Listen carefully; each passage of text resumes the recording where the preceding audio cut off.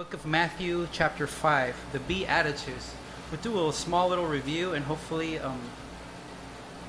we'll be able to finish what we started last time. Which, if you're here, thank God that you're here, because this is for you. I say that because I was seeking God and said, well, Lord, what do you want me to share? And this went on for a while, so I wasn't sure what he wanted me to share. And I believe that if you ask God and you seek him, he'll tell you. I really do. I believe that with all my heart. And I asked him, what do you have for your people, Lord? What do you want me to share with them? And he hadn't told me. And literally it was a week before I was supposed to share. And if you like to prepare stuff, it's kind of a pickle. Because, you want to have time and you want to set time aside and, and get in there and dig. So finally when he told me, he gave me chapter 5. And I was like, this is cool because there's a lot I can dig here, And last week I got really excited. I wanted to go through it. And I was like, no, silly, wait. You have to break it into 2 days. So praise God, I'm able to go through this and give it a little more detail. But this is beautiful. It's beautiful because it exemplifies what the behavior or the ethics of a Christian are supposed to be like. And that's pretty scary if you read this and the expectation towards the end where Christ is telling believers to be perfect as God is perfect. And I don't know if you've ever tried not to make a mistake, but it's pretty tough.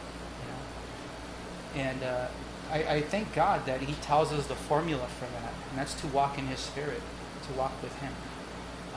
He says, as my dad is perfect, as God is perfect. But in here, it tells us the barometer, the indicator.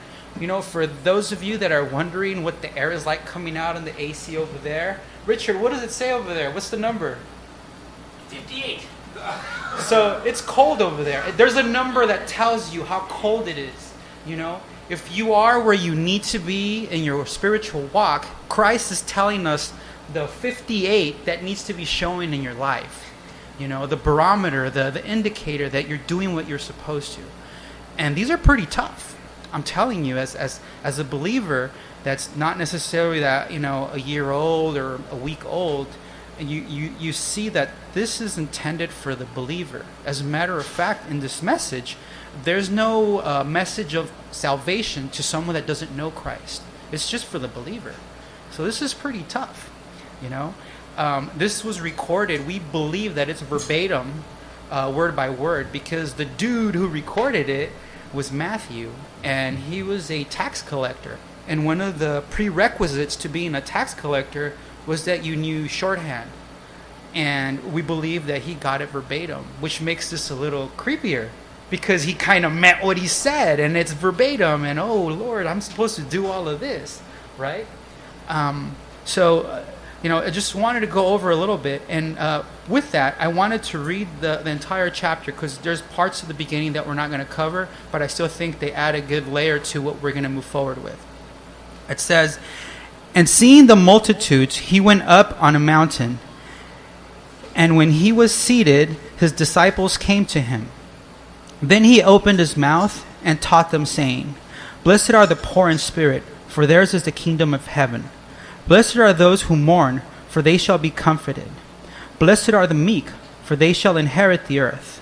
Blessed are those who hunger and thirst for righteousness, for they shall be filled. Blessed are the merciful, for they shall obtain mercy. Blessed are the pure in heart, for they shall see God. Blessed are the peacemakers, for they shall be called sons of God. Blessed are those who are persecuted for righteousness' sake, for theirs is the kingdom of heaven. Blessed are you when they revile and persecute you, and say all kinds of evil against you falsely for my sake. Rejoice and be exceedingly glad, for great is your reward in heaven, for so they persecuted the prophets who were before you. You are the salt of the earth, but if the salt loses its flavor, how shall it be seasoned? It is then good for nothing, but to be thrown out and trampled underfoot by men. You are the light of the world. A city that is set on a hill cannot be hidden. Nor do they light a lamp and put it under a basket. Put it on a lampstand, and it gives light to all who are in the house. Let your light so shine before men, that they might see your good works and glorify your Father in heaven. Do not think that I come to destroy the law or the prophets. I did not come to destroy, but to fulfill. For assuredly I say to you, till heaven and earth pass, one jot or one tittle will by no means pass from the law till it's all fulfilled. Whoever therefore breaks one of these least commandments and teaches men so shall be called least in the kingdom of heaven. But whoever does and teaches them, he shall be called great in the kingdom of heaven. Now I'll pause as I'm reading here. That's the message to anyone that's teaching. It's a exhortation for everyone that is teaching. He doesn't want speakers.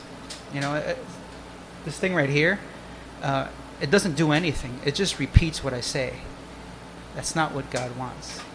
He wants us to follow Him with His heart, with our heart, and teach. Okay. I wanted to insert that, but we'll keep going. Whoever therefore breaks, for I say to you that unless your righteousness exceeds the righteousness of the scribes and the Pharisees, you will by no means enter the kingdom of heaven. You have heard that it was said to those of old, you shall not murder, and whoever murders will be in danger of judgment. But I say to you, whoever is angry at his brother without a cause shall be in danger of judgment. And whoever says to his brother, Raka, shall be in danger of council. But whoever says, you fool, shall be in danger of hellfire.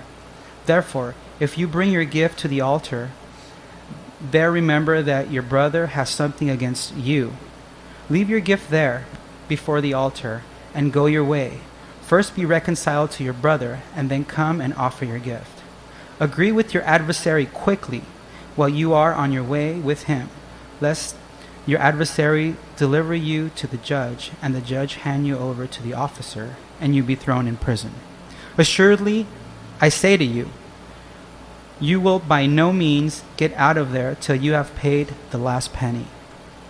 You have heard that it was said to those of old, you shall not commit adultery. But I say to you that whoever looks to a woman to lust for her has already committed adultery within his heart. If your right eye causes you to sin, pluck it out and cast it from you. For it is more profitable that one of your members perish than for your whole body to be cast into hell. And if your right hand causes you to sin, cut it off and cast it from you. For it is more profitable for you that one of your members perish than for your whole body to be cast into hell. Furthermore, it has been said, whoever divorces his wife, let him give her a certificate of divorce. But I say to you that whoever divorces his wife for any reason except sexual immorality causes her to commit adultery, and whoever marries a woman who is divorced commits adultery. Again, you have heard that it was said to those of old, you shall not swear falsely, but shall perform your oaths to the Lord. But I say to you, do not swear at all, neither by heaven, for it is God's throne, nor by the earth, for it is his footstool, nor by Jerusalem, for it is the city of the great king. Nor shall you swear by your head, because you cannot make your hair white or black. But let your yes be yes, and your no be no. For whatever is more than that is from the evil one.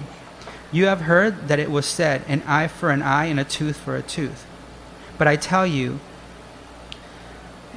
not to resist an evil person, but whoever slaps you on your right cheek, turn the other to him also. If anyone wants to sue you and take away your tunic, let him have your cloak also. And whoever compels you to go 1 mile, go with him 2. Give him who asks you, and from him who wants to borrow from you, do not turn away. You have heard that it was said, you shall love your neighbor and hate your enemy. But I say to you, love your enemies, bless those who curse you, do good to those who hate you, and pray for those who spitefully use and persecute you, that you may be sons of your Father in heaven. He makes the sun rise on the evil and on the good, and sends rain on the just and the unjust. For if you love those who love you, what reward have you? do not even the tax collectors do the same? And if you greet your brethren only, what do you do more than others? Do not even the tax collectors do that? Therefore, you shall be okay? No. It says, you shall be perfect, just as your Father in heaven is perfect. That's the capstone that kind of punches you in the gut. If the other stuff didn't get you, that last one will be like, ouch, okay, Lord. There's a lot that's said here. And I think the part that's disturbing is the last sentence. And mind you, at an earshot, so the Pharisees were not too far away. They were hearing this. And, he said something like, your righteousness has to exceed the Pharisees. So, one, he's letting his disciples know this is the bar. And he's letting the Pharisees, these guys need to have their act together too. You ever wondered why it's so hard to follow these rules? Am I the only one that has thought, Lord, why is it so hard kind of to do this? Another question that has kind of gone through my head is, Lord, why did you trust the message of your gospel to mankind? That's another question that I've wondered, Lord, why? Because like in the book of Revelation, there's some creatures that are pretty like mind-blowing. If you read the book of Revelation, there's this one creature that has like wings and eyes all over, and he falls on his face and he screams, holy, holy, holy. And if that doesn't creep you out, I don't know what will. But, it's like, God, you could have created all these other creatures to take your message. And, if we saw them, wow, that would be creepy. But, the one thing that has ministered to my heart, and part of how this can happen is apart from God. This is dry, boring religion. Amen? If he doesn't inspire his word in our heart, we can't complete it. We can't follow it. These commandments, we're going to call them, these are Jesus' commandments. And mind you, he compared the commandments that Moses had on the tablet, right? He's referring to them. And not only is he referring to them, he's interpreting them. And beyond interpreting them, he's kicking them one notch higher. And he's saying, you heard that it was said, you shall not kill, right? And he's taking it one notch higher. And some of the guys in the audience were professional law keepers. In other words, on the Sabbath, they did this. They didn't do that. On the Feast of Atonements, they would do this. They wouldn't do that. And they would do this, but they wouldn't do that. And they had it down to a T. They had their traditions, their customs. They had people that did this at home and people that wouldn't do that at home. And it was good, And I wonder, how many of us are professional Christians? Because on Sunday we do this, we don't do that. We go here, but we don't go there. We won't take this job because it won't do this. Or we'll tell our boss, I can't do that. Meanwhile, he's having to go work and say, oh, that Christian, And I wonder, are we there? And this is a question to do an introspect into our hearts. It's not necessarily for me to point the finger at you, because this came first to me. The Lord was telling me, hey, buddy, what's up with you? So we'll digest these a little bit further. And we'll start at 21, right? It says, you have heard that it was said to those of old, you shall not murder, and whoever murders will be in danger of judgment. But I say to you, whoever is angry with his brother without a cause shall be in danger of judgment. And whoever says to his brother, Raka, shall be in danger of counsel. But whoever says, you fool, shall be in danger of hellfire. So 21 is talking about the 10 Commandments. You shall not commit murder. You shall not murder. Right? It's in Exodus. We've all read it. And Jesus says that. And then he expands and he says, but I say to you, whoever is angry at his brother without a cause shall be in danger of judgment. Now let's hold right there. Without a cause. Now let's think of who's talking here. This is Christ, right? Without a cause. So we're probably going to say, well, you know what? my brother, because it's saying to your brother, so it's assuming this is a believer that we're talking about, right? We can argue that fact. I think later on we'll find out that he's talking about anybody in general. But for the sake of this argument, let's say this is the brother. Now, Christ, the author that wrote this, who wronged him? And what did he do to deserve that wrong? Kind of puts it in perspective. It makes it a little harder to swallow, because we can say, well, you know what, my neighbor throws his trash on my lawn, so I'm throw it right back. You know, why do I deserve that, right? And legitimately, you have justification to put your trash over there, right?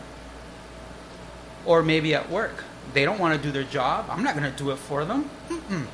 You know, they don't pay me enough to do my job and their job. Maybe that's true, right? You're justified in that. Do you think Christ was justified for not wanting to go to the cross? Do you think he deserved that? Or did he willingly say, Lord, let your will done and not mine? You know? So as we think about it, it's that's the justification for a brother being upset at us, or us being upset at a brother, right?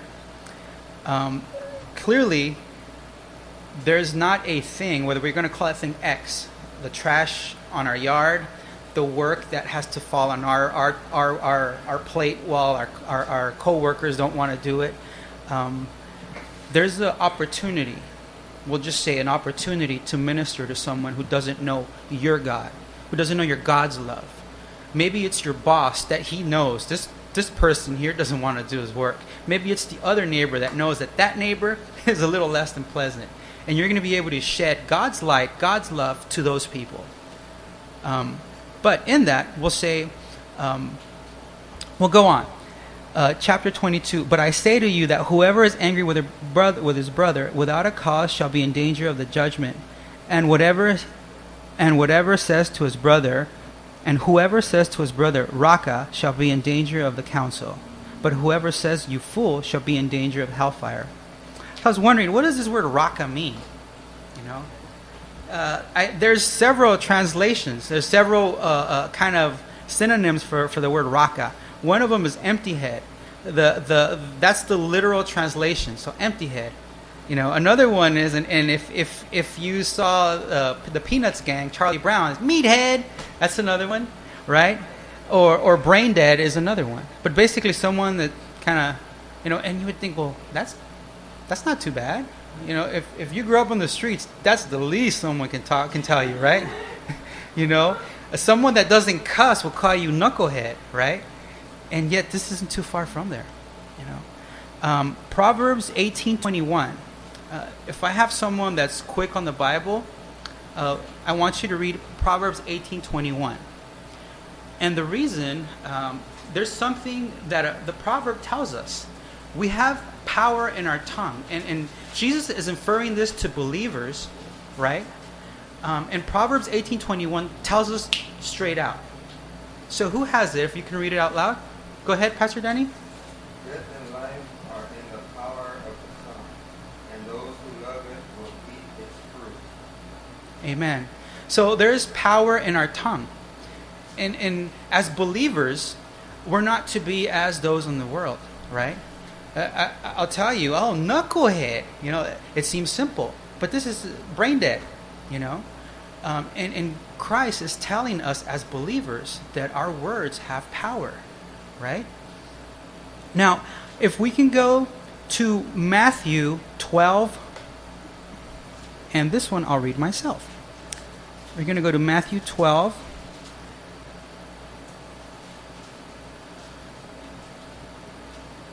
And we're going to go to verse 33 through 37.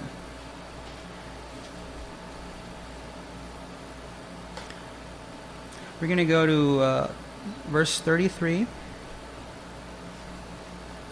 Now, this is a discussion that Christ is having, and he's letting the Pharisees know that you can tell someone by what comes out of their heart, right? A tree, if it has pomegranates, as there's a basket in the kitchen, it's a pomegranate tree, right? If there's lemons on it, like there is in the backyard, it's a lemon tree. So Christ is letting them know. And consequently, he's also warning them that, let's just read it. On chapter towards the end, it's what Christ, the warning that Christ gives the Pharisees. Either make the tree good, and its fruit is good, or else make the tree bad, and its fruit is bad. For a tree is known by its fruit. Brood of vipers, how can you, being evil, speak good things? For out of the abundance of the heart the mouth speaks. A good man out of the good treasure of his heart brings forth good things, and an evil man out of evil treasure brings forth evil things. But I say to you that for every idle word men may speak, they will give account of it in the day of judgment. For by your words you will be justified, and by your words you will be condemned. That's the warning that Christ was giving the Pharisees. We believe in Christ that we're justified in his blood. But there's power in words. Christ was telling the Pharisees right here, be careful because there's power in your words. Okay? Just wanted to bring light to that. Don't call anyone knucklehead. So, verse 23, therefore, if you bring your gift to the altar, and there remember that your brother has something against you. Not that you have something against your brother, but your brother has something against you. It doesn't even say if your brother is justified in how he feels about you. It doesn't say if you did or didn't do anything against your brother. Now that's crazy. Because in the world, I'm not wrong. I'm not asking for an apology, right? But we just read earlier, blessed are the peacemakers. Right? So this is another level. I mean, like, it doesn't necessarily say he had it coming. It doesn't. It just says if your brother has something against you, what am I supposed to do? It says, therefore, if you bring your gift to the altar and there remember that your brother has something against you, leave your gift there before the altar and go your way. First be reconciled to your brother and then come and offer your gift. Ouch. So that means that I got to go apologize. I got to go reconcile, you know. That's tough because there's times when it wasn't your fault. There's times you may be justified. This is the part that's difficult.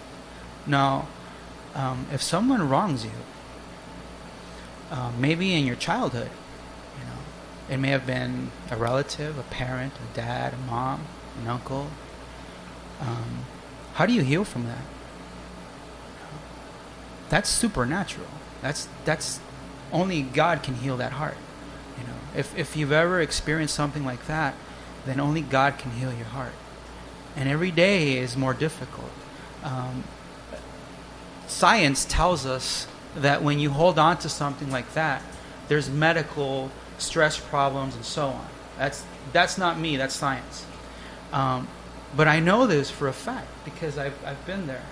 God will heal your heart. You know, when you give it onto Him.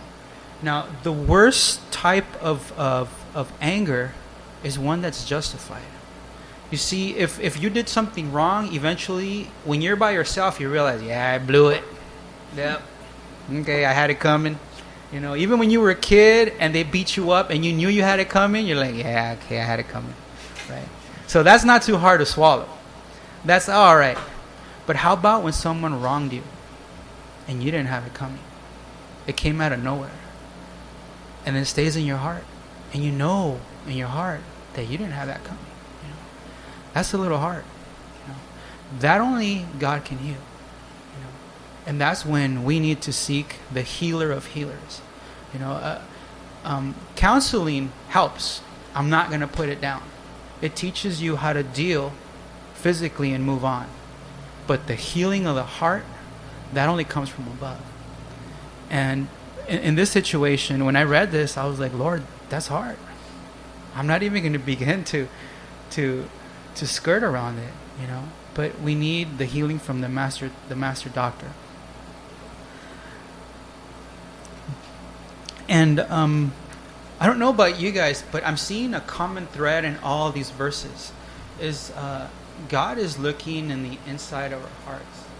The commandments, they exemplify kind of what's already been done.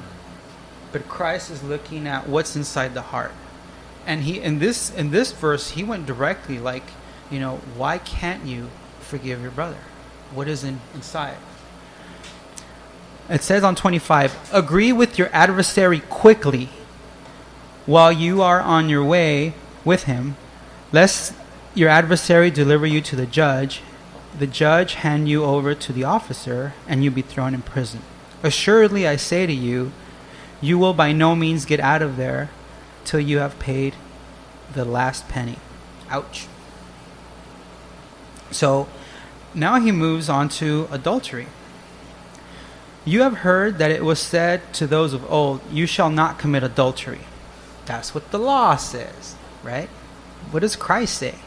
But I say to you, whoever looks at a woman to lust for her has already committed adultery with his heart.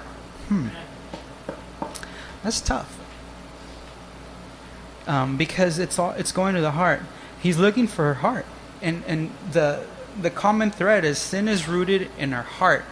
Not in your computer. Not on your television. Not in that building that people call a theater. It's in your heart. And he's seeking for that change in our hearts. If your right eye causes you to sin, pluck it out. Cast it from you. For it is more profitable for you that one of your members perish than for your whole body to be cast into hell. And if your right hand causes you to sin, cut it off and cast it from you. For it is more profitable for you that one of your members perish than for your whole body to be cast into hell. I know when I was in the Navy, it was perfectly fine to watch girly magazines. This tells me otherwise. And there's the whole men will be men comment, boys will be boys. This tells me otherwise. It says, it's in your heart. And as children, what did your dad tell you? I know what my dad told me. And this tells me, and God's law is not like man's law. It's not. I mean, if you thought what we heard a little while ago about forgiveness was tough, this is telling you, where is your heart? And only because, as a man, you know what you hide, right? And the Bible says the heart's deceitful. So if the barometer seems ugly right now, it means our heart needs to be with him. Now he's going to get into marriage.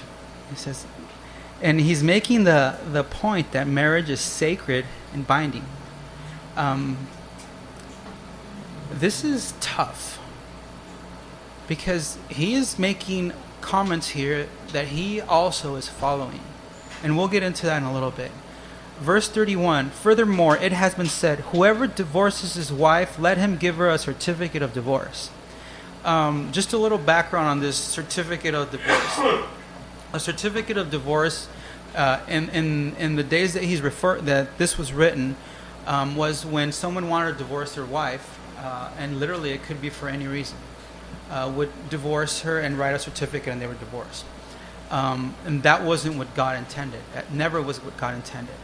And there was some that would say, for something as simple as I don't like your cooking, divorce. We lost the argument, divorce. And that wasn't what Christ agreed to. That wasn't what God ordained. That's not of him. As a matter of fact, he holds marriage into a really high esteem. And I'm understating just how precious marriage is to God. I'll tell you, we're going to go through here a couple of verses because I think it's important, beyond words, how precious marriage is to God. In many ways. One, in God's relationship to the church, Christ is to the church the way the husband is supposed to be to the wife. And then God's relationship to Israel is also like that. And I'll tell you, both the church to Christ has been unfaithful, and Israel to God has been unfaithful. Yet God has cleansed, God forgives, and God is waiting. His heart is not hard. His heart is loving. Yet, as husbands, are we? So let's go to Matthew chapter 19, verse 1 through 9. This is where Christ expands a little bit on divorce, right?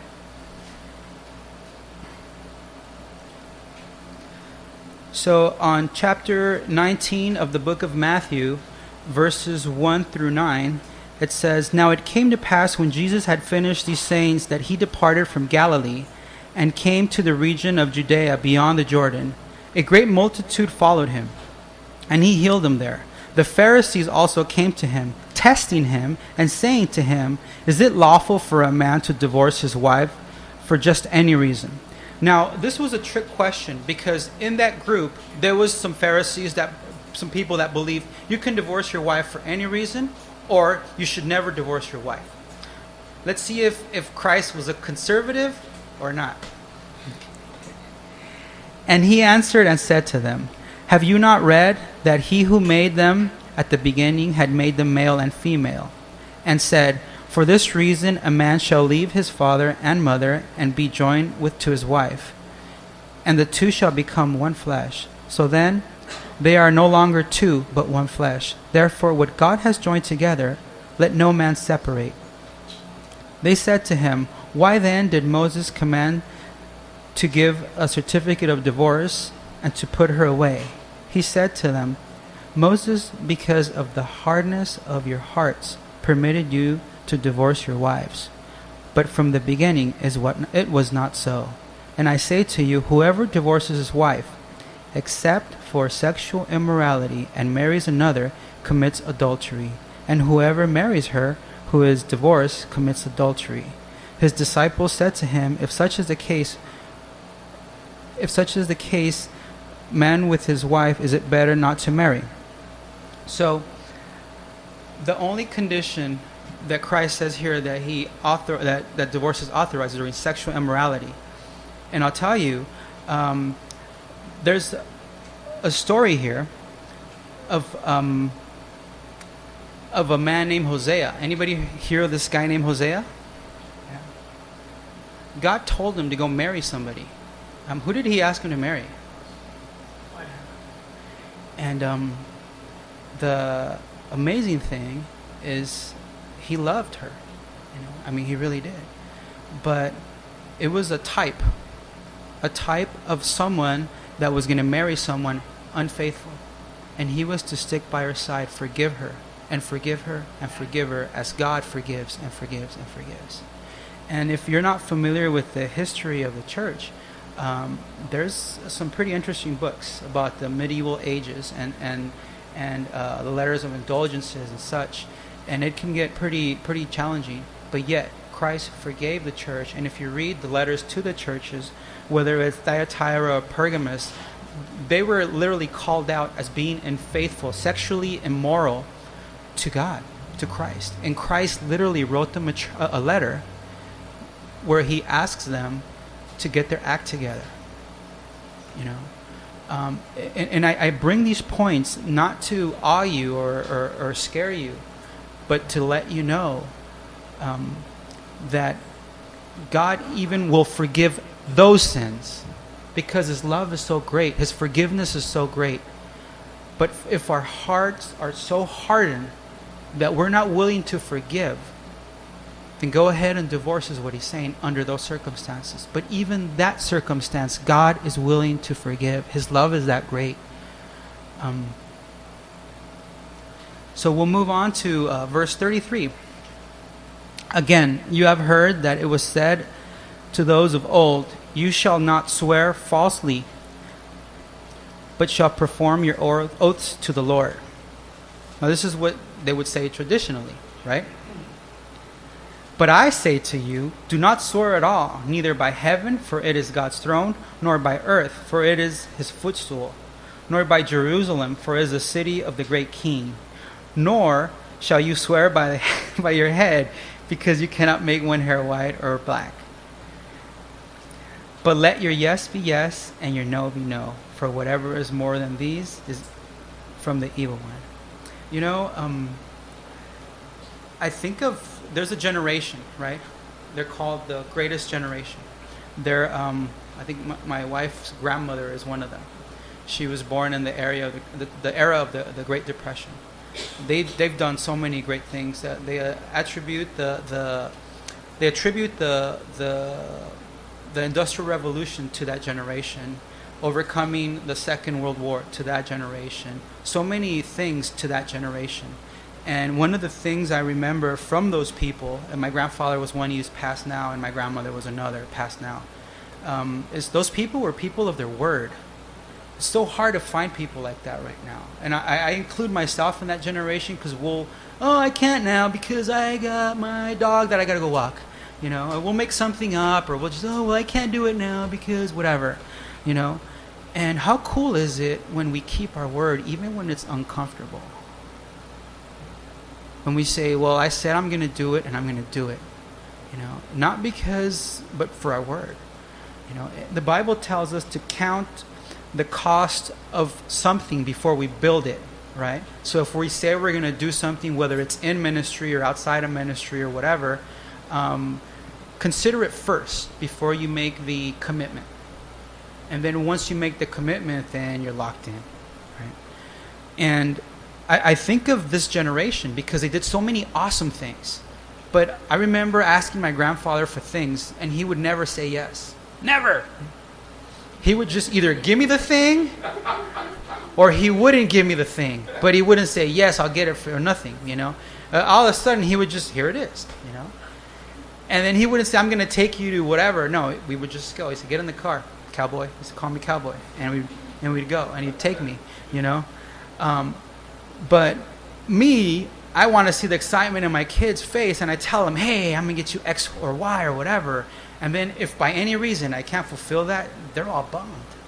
They're like crushed. And then I feel really bad because in my heart, I want to keep my word to my kids, you know.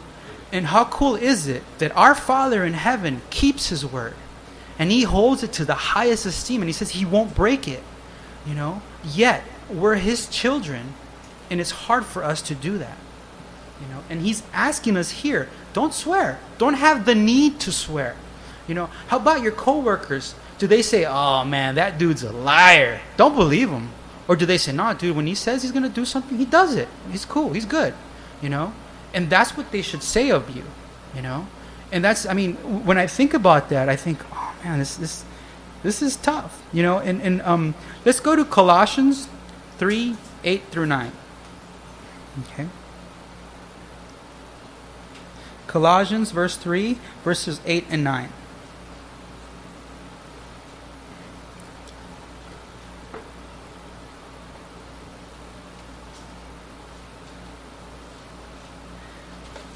So, in Colossians 3, verses 8 and 9, but now you yourselves are to put off these: anger, wrath, malice, blasphemy, filthy language, no sailor jokes, out of your mouths. Do not lie to one another, since you have put off the old man with these deeds. Do not lie to one another. So you shouldn't have to even swear. If you're no longer lying, you shouldn't have to say, yeah, I'm going to do it, man. I put that on everything, you know? Remember that? That's way back when, right? The old Christian, when you were in the world. And then if they didn't believe you, you would take it one notch higher and say, I put that on my family, my mom, my dad, my kids.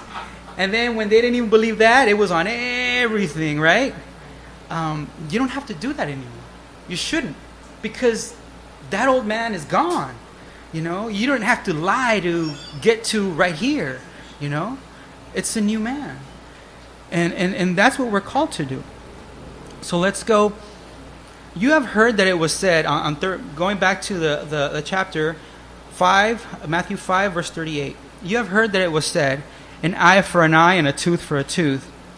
But I tell you not to resist an evil person, but whoever slaps you on your right cheek, turn to him the other.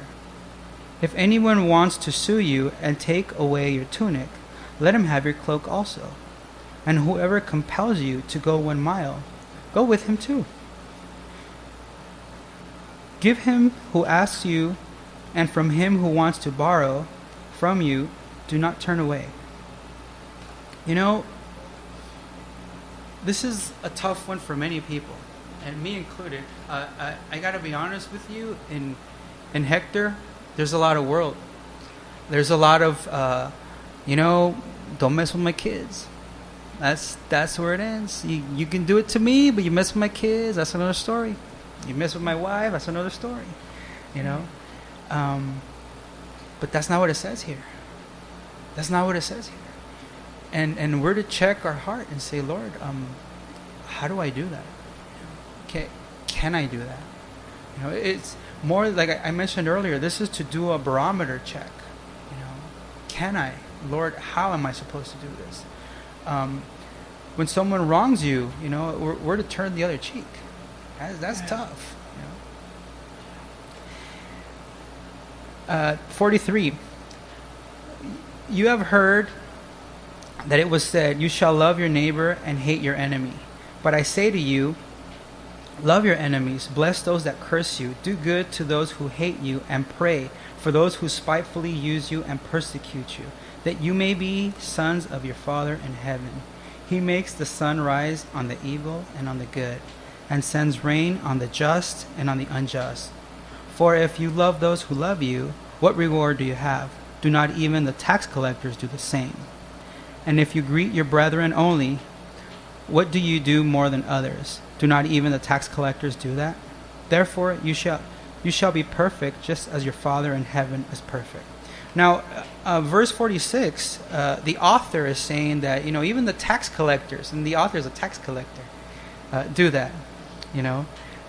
Let's go to Mark 12, because as we go, we think, well, this is a lot to do right now, right? I know I do.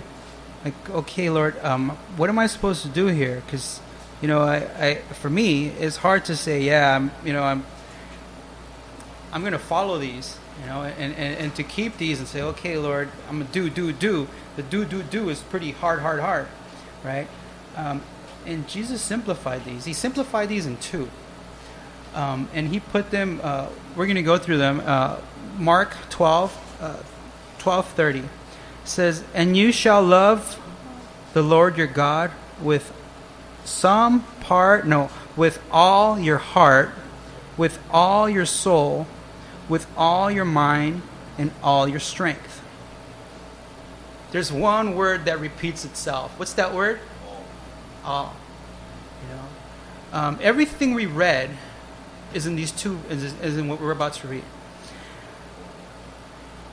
This is the first commandment, and the second commandment is like it. This is, you shall love your neighbor as yourself. There's no other commandment greater than these. So everything we read is in those 2.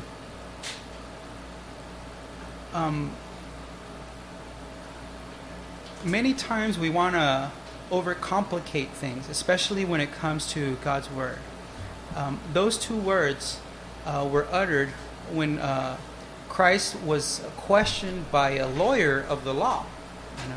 And what's funny about that is who he came to question. And he gave a good answer, because I think if it was me, I would have got into some theological debate and kind of tore him into pieces.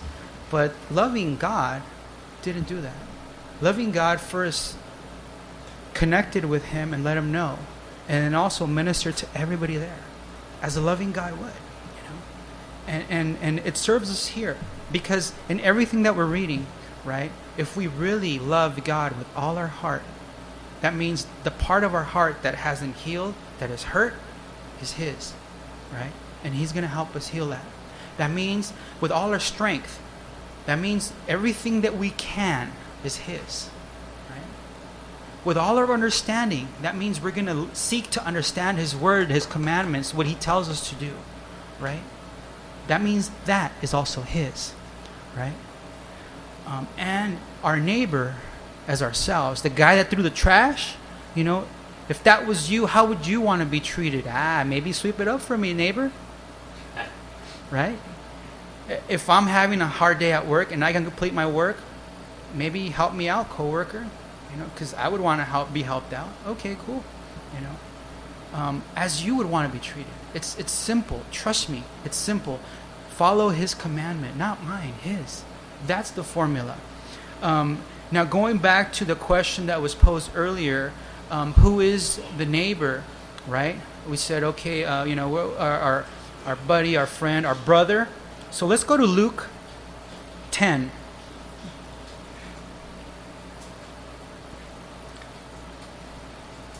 Luke 10, verse 25. So there's a parable here that speaks of who our neighbor is, right? And when we were spoke to go get right with our brother, right? So who's our neighbor? Who's our brother? Luke 10, verse 25. It's the Good Samaritan. The Good Samaritan. Okay? And behold, a certain lawyer stood up and tested him. These lawyers, man, I'll tell you, they want to throw down with the one who wrote the law. He says, "Teacher, what shall I do to inherit eternal life?" And he said to him, "What's written in the law? What is your reading of it?" So he answered and said, "You shall love the Lord your God with all your heart, with all your soul, with all your strength, with all your mind, and your neighbors as yourself." And he said, "You have answered rightly. Do this and you will live." But he, wanting to justify himself, said to Jesus, "And who's my neighbor?" And Jesus said, "Oh, funny you should ask." Then Jesus answered and said, "A certain man went down from Jerusalem to Jericho and fell among thieves, who stripped him of his clothes, wounded him, and departed, leaving him half dead. Now, by chance, a certain priest came down the road, and when he saw him, he passed by on the other side. Likewise, a Levite, when he arrived at the place, he came, looked, and passed by on the side. But a certain Samaritan, as he journeyed, came where he was, and when he saw him, he had compassion. So he went to him and bandaged his wounds, pouring on oil and wine. And he set him on his own animal, brought him to an inn, and took care of him. On the next day, he departed and took out 2 denarii, I think it was his Amex, gave them to the innkeeper, and said to him, "Take care of him, and whatever more you spend, when I come in, I'll repay you." So, which of these 3 do you think was his neighbor to him who fell among thieves? Now, a little background. The Jews and the Samaritans, they didn't get along. They were enemies. They were bitter enemies. I think the analogy would probably be like the Jews and the Arabs right now, right? That's how the Samaritans. So this Samaritan had compassion, his heart broke for him, and decided to help him. That was his neighbor, not the Levite or the priest. So not the religious people that were Jewish, So when you think of who is your brother, maybe that'll shed a little bit more light. That's what the Lord gave me, and I hope it speaks to your heart. And more than anything, this isn't meant to point at you, more so for you to have some introspect to your heart and to look at the barometer of your heart and where is it. Only you know. I don't know where yours is. As the Lord was giving me this, I was like, ouch, Lord, this is pretty heavy, And I know that the Lord needs to work in my heart. And as I want to share God, my living God, my friend, the one that's done so much for me, for my family, for everything that I am today. I want others to see and meet him, And the only way I can do that is doing it His way, And that's my prayer, is that you're able to shine wherever you're at. Quite frankly, some people think that, they're not to be up here teaching. But I'll tell you, a lot of people are looking at you. Some of these are little people at home. Some of these are people at work. Some of these are people at school. Everywhere you go, let your light shine. And if it doesn't shine, your question should be, why? If you don't have that desire to share Him with others, your question should be, why? And the worst thing is if we have an apathetic heart, a heart that just doesn't care anymore. If your heart doesn't break when you see someone literally on the floor, that's literally like homeless, hurting, then your question should be, why? If your heart doesn't break, your question should be, why?